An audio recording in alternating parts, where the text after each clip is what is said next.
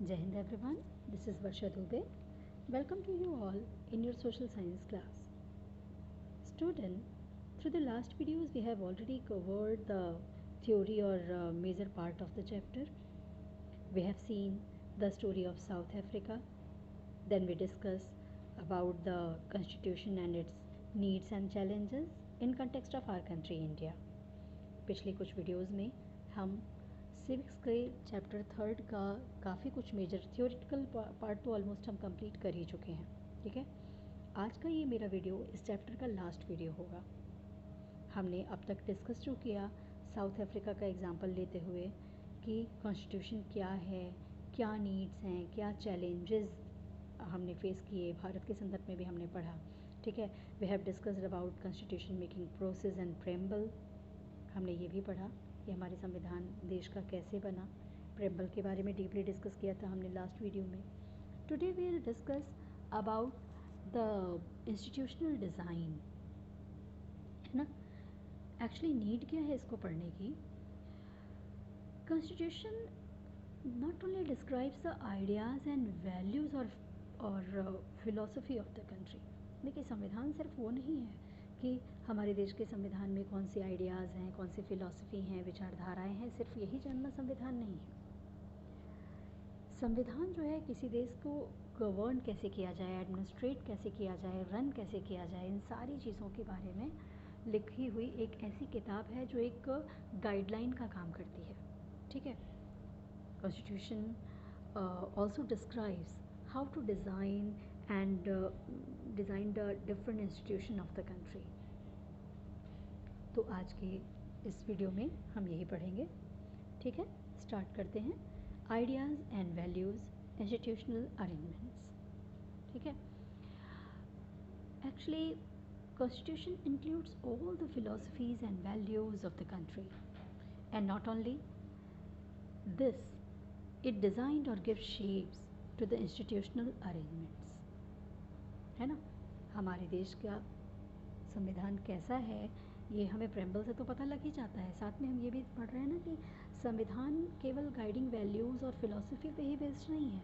ये हमें हमारे देश की अरेंजमेंट कैसे होगी, इंस्टीट्यूशन कैसे बनेंगी, कैसे प्रॉपर वर्क करेंगी, किस इंस्टीट्यूशन को कितना पावर होगा, वो किसके द्वारा उस पर लिमिटेशन सेट होंगे, है ना, कितना उसका वर्किंग टेन्यूर होगा, ये सारी चीज़ें भी संविधान में लिखी होती हैं. It gives shapes to the institutional arrangements. What type of constitutional arrangements? किस तरीके की constitutional arrangement की बात करते हैं हम. ठीक है, all the institutional arrangement यानी हर तरीके के institutional arrangement की बात करते हैं. Like legislature, executive, judiciary, व्यवस्थापिका, कार्यपालिका, न्यायपालिका, ये सब कैसे बनेंगी, कैसे इनका इनमें जो लोग चुने जाएंगे उनमें क्या एलिजिबिलिटी होनी चाहिए, कितने दिनों के लिए चुने जाएंगे, कौन किसके सबऑर्डिनेट होगा, किस पे कौन लिमिटेशन लगाएगा, प्रॉपर फंक्शन वो किस तरीके से करेंगे, है ना, ये सब कुछ हमारे संविधान में लिखा हुआ है. Our constitution explain who will have how much power. हमारी कॉन्स्टिट्यूशन में ये भी लिखा हुआ है कि किसको कितना पावर दिया गया है. ठीक है, आपने पढ़ा होगा ना सर्वोच्च न्यायालय का जो न्यायाधीश है वो कैसे चुना जाएगा, जो डिस्ट्रिक्ट मजिस्ट्रेट है वो कैसे चुना जाएगा, ये सब कुछ एलिजिबिलिटी से लेके सब कुछ संविधान में लिखा हुआ है. Constitution tells us who will be constitute by whom. It gives a guideline और a framework how to run the government. It puts the limits on the power of government. Constitution ही है जो हमारे सरकार पर भी एक अंकुश लगाता है. अगर ऐसा नहीं होता तो फिर मोनार्कियल गवर्नमेंट की तरह, यानी जो पहले राजा महाराजा होते थे वो जिस माइंडसेट के होते थे अपने देश को अपने हिसाब से चलाते थे. अगर राजा लॉयल है तो वो लोगों के वेलफेयर के लिए काम करेगा. जैसे हमारे यहाँ विक्रमादित्य, कृष्णदेव राय, है ना, ऐसे कुछ राजा हैं जो इन्होंने देश के लिए बहुत कुछ किया अपनी प्रजा के लिए. लेकिन कहीं ना कहीं औरंगजेब जैसा भी राजा था, है ना. आपने लुइस किंग 16 के बारे में भी पढ़ा था फ्रांस में, है ना. तो बहुत सारे ऐसे डिस्पोटिक मोनार्क भी रहे हैं. तो संविधान के आने से क्या हुआ, संविधान में सारे रूल रेगुलेशन लिखे हुए थे. अब सरकारें हर 5 साल के बाद बदलती हों भले ही, लेकिन रूल रेगुलेशन जो लिखा है चलना सबको प्रॉपर उसके अकॉर्डिंग ही है। ये है कॉन्स्टिट्यूशन का पावर, कॉन्स्टिट्यूशन का rule. It puts the limits on the power of government. हमारी सरकार भी संविधान के अगेंस्ट जाकर के काम नहीं कर सकती, ठीक है। Constitution empower the citizens and sets limits on the institution in a systematic way. एक तरफ जहाँ हमारा संविधान सरकार को पावर देता है, तो वहीं कहीं ना कहीं दूसरी तरफ हमें भी तो पावर दे रखा है। फंडामेंटल राइट्स हमें मिले हुए हैं, है ना, हमें बहुत सारे अधिकार हमारे दिए गए हैं, लेकिन सरकार की तरह हम पर भी अंकुश लगाया गया है। कैसे? फंडामेंटल ड्यूटीज़ के थ्रू। अधिकार अगर हमें मिले हैं तो हमारे देश के लिए कुछ कर्तव्य भी हैं, ठीक है। It describes that who will work in which manner. संविधान हमें ये बताता है कौन कैसे काम करेगा।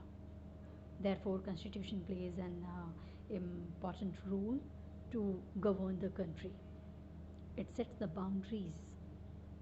Constitution decides in what manner legislature, executive and judiciary work. ये संस्थाएं कैसे काम करेंगी, किस तरीके से काम करेंगी, ठीक है, कैसे एक दूसरे से कोरिलेट करके एक दूसरे से बंधी हुई हैं ये सब कुछ हमारे संविधान में लिखा हुआ है। अभी बात करते हैं हम कॉन्स्टिट्यूशनल अमेंडमेंट्स की। हम बात कर रहे थे, ठीक है।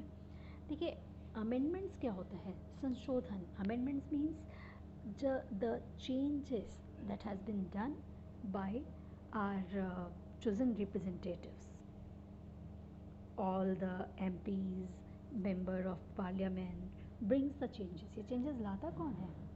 हम। हमारे संविधान में हमने बहुत सारे अभी तक संशोधन कर लिए समय के हिसाब से। तो ये चेंजेस कौन लेके आया?